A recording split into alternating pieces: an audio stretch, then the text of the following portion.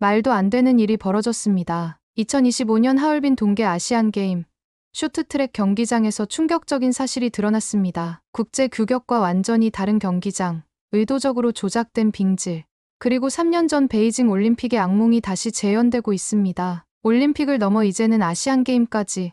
중국의 스포츠 조작은 어디까지 이어질까요? 프랑스 스포츠 전문 기자의 충격적인 현장 르포를 긴급 번역해서 전해드립니다. 도대체 하얼빈 빙상장에서 무슨 일이 벌어지고 있는 걸까요? 오늘의 사연, 바로 시작합니다. 잠깐만요. 1초면 가능한 좋아요 버튼을 눌러주시면 영상 제작에 큰 힘이 됩니다. 저는 파리의 스포츠 전문지 레퀴프에서 15년째 동계 스포츠를 취재하고 있는 에밀리 콜린스입니다. 특히 피겨스케이팅과 쇼트트랙을 전문으로 다뤄왔죠. 아시아의 빙상 스포츠를 취재하면서 느낀 건 이곳에선 항상 뭔가 특별한 일들이 벌어진다는 거였어요. 그 중에서도 가장 잊을 수 없는 건 3년 전 2022년 베이징 동계올림픽에서 있었던 일이었습니다. 당시 저는 중국의 스포츠 경기 운영 방식에 대해 의문을 제기하는 기사를 썼다가 큰 곤란을 겪었거든요. 심판 판정에 대한 의혹을 제기했을 뿐인데 중국 당국은 저희 모든 취재 활동을 감시하기 시작했답니다. 그래서일까요? 2025년 하얼빈 동계 아시안게임 취재를 앞두고 있던 저는 어딘가 모르게 불안했습니다. 예감은 틀리지 않았더군요. 하얼빈 타이핑 국제공항에 도착한 순간부터 이상한 기운이 감지됐어요. 입국장을 빠져나오는 순간 검은 정장 차림의 남자들이 은근슬쩍 저를 주시하고 있었거든요. 베이징에서 봤던 그 익숙한 모습이었습니다. 에밀리, 우리 또 만나네요. 고개를 돌리자 동계 스포츠 해설위원 올리버 브룩스가 서 있었어요. 베이징에서 함께 그 충격적인 사건들을 목격했던 동료였죠. 그는 저와 마찬가지로 쇼트트랙 편파 판정 문제를 꾸준히 제기해온 몇 안 되는 서양 언론인 중 한 명이었습니다. 공항에서 시내까지 가는 40km 길이 왜 그리 멀게 느껴지던지요. 택시 안에서 올리버와 나눈 대화가 지금도 생생합니다. 베이징 때처럼 우리를 감시할 거예요. 하지만 이번엔 달라요. 우린 이미 그들의 수법을 알고 있으니까요. 제 말에 올리버는 고개를 끄덕였습니다. 우리는 이미 알고 있었어요. 중국에서 열리는 빙상 대회에선 항상 뭔가가 일어난다는 거요. 택시가 시내로 들어설 때쯤 올리버가 흥미로운 정보를 하나 들려줬습니다. 경기장 빙면에 대한 소문 들었어요. 국제규격과 뭔가 다르다더군요. 그 말을 듣는 순간 베이징에서 목격했던 장면들이 스쳐 지나갔습니다. 의심스러운 판정으로 실격당하는 선수들, 설명할 수 없는 빙면 상태, 그리고 그 모든 것을 둘러싼 베일에 가려진 진실들, 하얼빈에서 우리를 기다리고 있을 진실이 궁금해지기 시작했어요. 이번에야말로 모든 것을 밝혀낼 수 있을까요? 택시 창문에 맺힌 서리를 닦아내며 생각했습니다. 경기장에 들어서는 순간 이상한 느낌이 들었습니다. 15년간 빙상 경기를 취재해온 제 직감이 뭔가 잘못됐다고 말하고 있었죠. 올리버가 제 생각을 읽기라도 한 듯 작은 목소리로 속삭였습니다. 뭔가 크기가 좀 이상하지 않나요? 맞았어요. 국제빙상경기연맹이 정한 규격은 가로 60m, 세로 30m인데 이곳은 뭔가 달라 보였습니다. 특히 직선 구간의 폭이 7m는 되어야 하는데 눈으로 봐도 그보다 좁아 보였죠. 하지만 진짜 문제는 빙질이었어요. 한국 대표팀의 공식 훈련이 시작되고 얼마 지나지 않아 충격적인 장면을 목격했거든요. 가장 기대를 모았던 선수 중 한 명이 코너링 도중 미끄러져 펜스에 강하게 부딪혔습니다. 그것은 시작에 불과했죠. 이런 빙질은 처음이에요. 한국 대표팀의 베테랑 코치가 한 말이 아직도 귓가에 맴돕니다. 그는 20년 넘게 선수들을 지도해왔지만 이런 얼음은 처음 본다고 했어요. 보통 쇼트트랙 경기장의 빙면 온도는 영하 7도로 유지되어야 하는데 이곳의 얼음은 마치 그보다 훨씬 차가운 것처럼 보였습니다. 선수들이 지나간 자리마다 얼음이 깨지듯 부서졌어요. 정빙기가 지나간 지 얼마 되지 않았는데도 말이죠. 올리버와 저는 서로를 바라봤습니다. 이건 분명 의도적인 것이었어요. 지난번 베이징에서도 비슷한 일이 있었죠. 올리버의 말에 고개를 끄덕였습니다. 베이징 올림픽 때는 여자 500m 준준결승에서 한 선수가 넘어졌죠. 당시에도 빙질 문제가 제기됐지만 증거가 부족했어요. 하지만 이번엔 달랐습니다. 훈련장 한켠에서 정빙 작업을 지켜보던 중 특이한 광경을 목격했거든요. 정빙기가 지나가는 속도가 일반적인 경우보다 훨씬 빨랐어요. 얼음을 제대로 다듬을 수 없는 속도였죠. 더구나 경기 시작 직전까지도 얼음을 메우는 작업이 계속됐다고 해요. 이건 마치 고의적인 것 같아요. 제가 중얼거리자 올리버가 휴대폰을 꺼냈습니다. 그의 화면에는 베이징 올림픽 때의 영상이 있었어요. 거의 똑같은 패턴이었죠. 특히 코너 구간의 빙질이 심각했습니다. 쇼트트랙에서 코너링은 승부의 분수령인데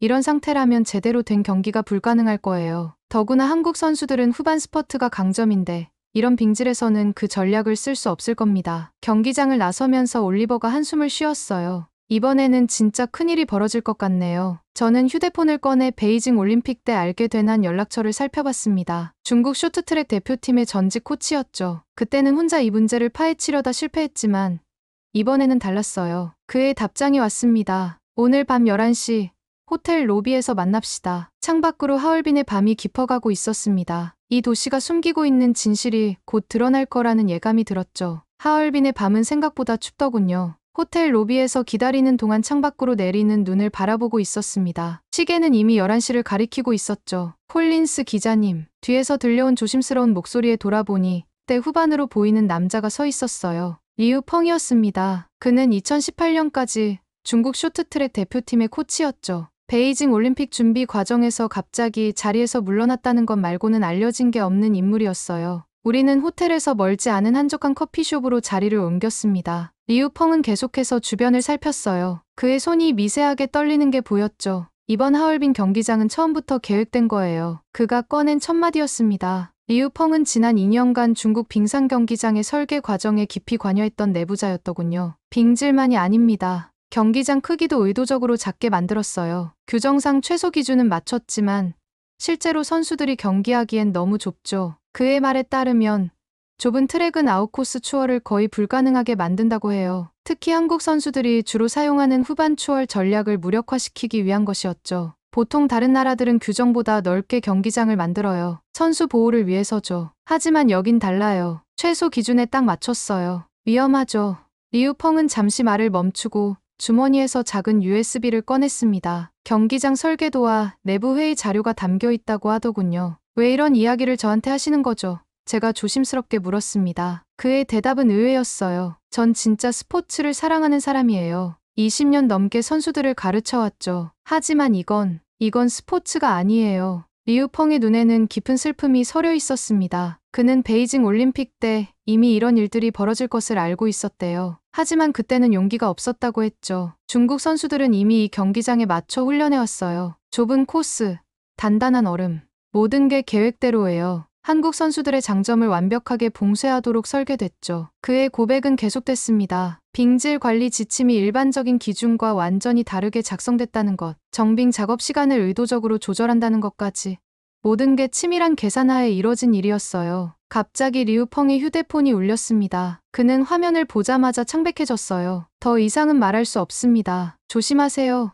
콜린스 기자님. 당신도 이미 그들의 감시 대상이에요. 리우 펑은 서둘러 자리를 떴습니다. 제 손에는 그가 남긴 USB가 있었죠. 카페를 나서는 순간 멀리서 검은 양복을 입은 남자들이 보였어요. 호텔로 돌아온 저는 올리버에게 현재 상황이 우리가 생각한 것보다 훨씬 심각하다고 연락을 했습니다. 베이징 올림픽의 기억이 다시 떠올랐습니다. 남자 1000m 준결승에서 있었던 그 충격적인 판정들, 혼성 계주에서 중국 선수들의 반칙이 묵인됐던 순간들, 그리고 지금 하얼빈에서 비슷한 상황이 벌어지고 있었죠. 이번에도 심판진 구성이 수상해요. 올리버의 말에 고개를 끄덕였습니다. 국제대회의 심판은 보통 다양한 국적으로 구성되는 게 일반적인데 이번 대회는 그렇지 않았거든요. 한국 대표팀의 훈련을 지켜보면서 더 분명해졌습니다. 선수들은 좁은 링크에서도 최선을 다해 적응하려 노력했지만 이 환경에서는 그들의 장기인 아웃코스 추월이 거의 불가능해 보였어요. 특히 중국 선수들의 훈련 모습이 눈에 띄었습니다. 그들은 레이스 중반부터 집단으로 몰려다니며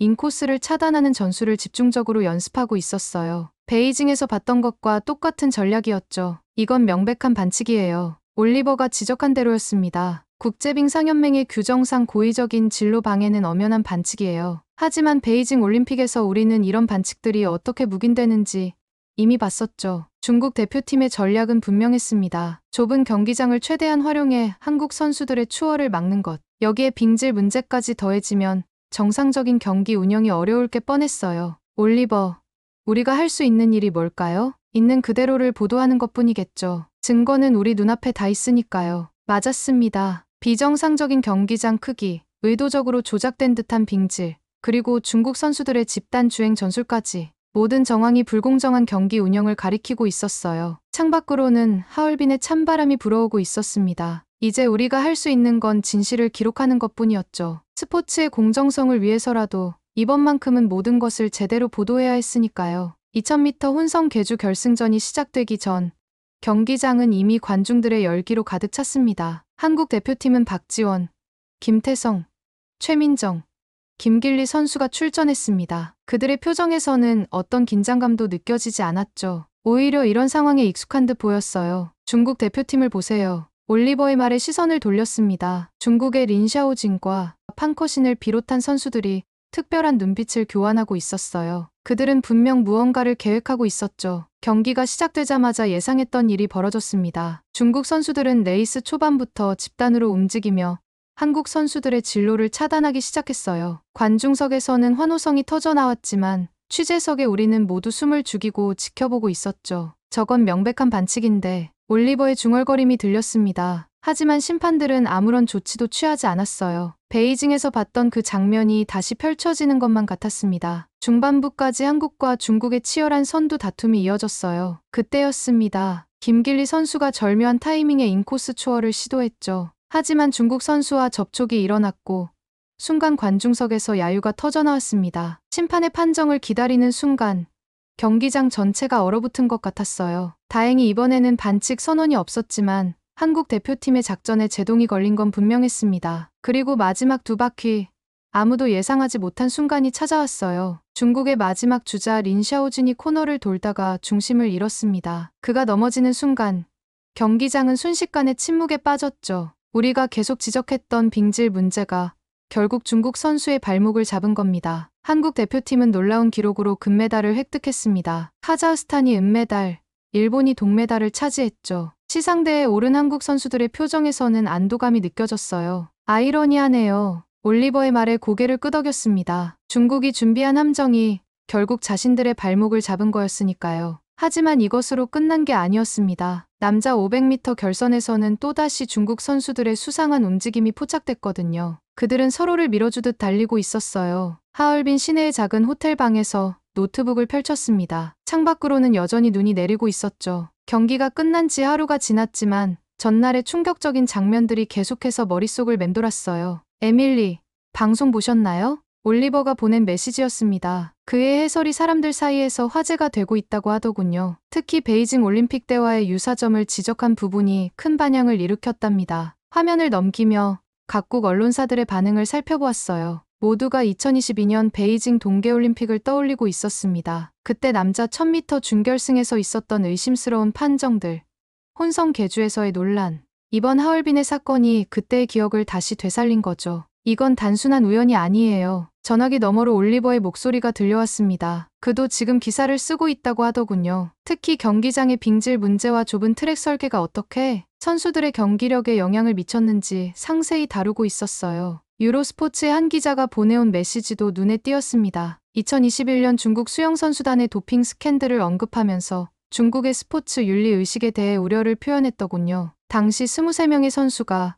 금지 약물 양성 반응을 보였음에도 불구하고 중국은 그저 식품 오염 탓을 했다는 것이었죠. 창밖을 바라보며 한숨을 쉬었습니다. 지금쯤 파리의 레퀴프 편집실에서는 제 기사를 검토하고 있을 거예요. 빙질 문제부터 시작해 경기장 규격, 그리고 이전 베이징 올림픽과의 연관성까지 최대한 객관적 사실에 근거해 작성했지만 이 모든 정황들이 가리키는 방향은 너무나 명확했거든요. 다음은 어떻게 될까요? 올리버의 질문에 잠시 생각에 잠겼습니다. 아직 국제빙상경기연맹은 공식 입장을 내놓지 않은 상태였어요. 중국 측의 반응도 없었고요. 하지만 이미 세계의 이목은 이곳 하얼빈을 주목하고 있었습니다. 노트북 화면에는 계속해서 새로운 기사들이 올라오고 있었어요. 대부분이 의문을 제기하는 내용이었죠. 특히 베이징 올림픽 때부터 이어져 온 중국의 경기 운영 방식에 대한 비판적인 시각이 줄을 이뤘습니다. 마지막 문장을 타이핑하며 잠시 멈칫했습니다. 베이징에서는 혼자였지만 이번에는 달랐어요. 우리가 목격한 진실이 이제는 전 세계 언론을 통해 서서히 드러나고 있었으니까요. 마지막 문장을 끝내자마자 올리버에게서 전화가 왔습니다. 에밀리, 지금 당장 경기장으로 와요. 뭔가 심상치 않아요. 서둘러 경기장으로 향했습니다. 첫 경기가 시작되기 전 이미 관중석은 가득 차 있었어요. 중국 응원단의 함성이 경기장을 뒤덮고 있었죠. 그들의 자신감이 느껴지는 순간이었습니다. 취재석의 자리를 잡고 앉자마자 올리버가 귓속말로 전해주었습니다. 중국 선수들이 아침부터 특별 훈련을 했대요. 이 경기장 환경에 맞춰서 말이에요. 그의 말에 쓴웃음이 났습니다. 그들은 자신들이 만든 함정을 너무나 잘 알고 있었으니까요. 하지만 경기가 시작되고 얼마 지나지 않아 분위기가 완전히 바뀌기 시작했어요. 불과 몇 시간 전까지만 해도 자신만만하던 중국 기자들의 표정이 굳어져 갔습니다. 그들이 그토록 공들여 준비한 모든 장치들이 오히려 자신들을 조롱하는 도구가 되어버렸으니까요. 빙질 조작, 비정상적으로 좁은 경기장,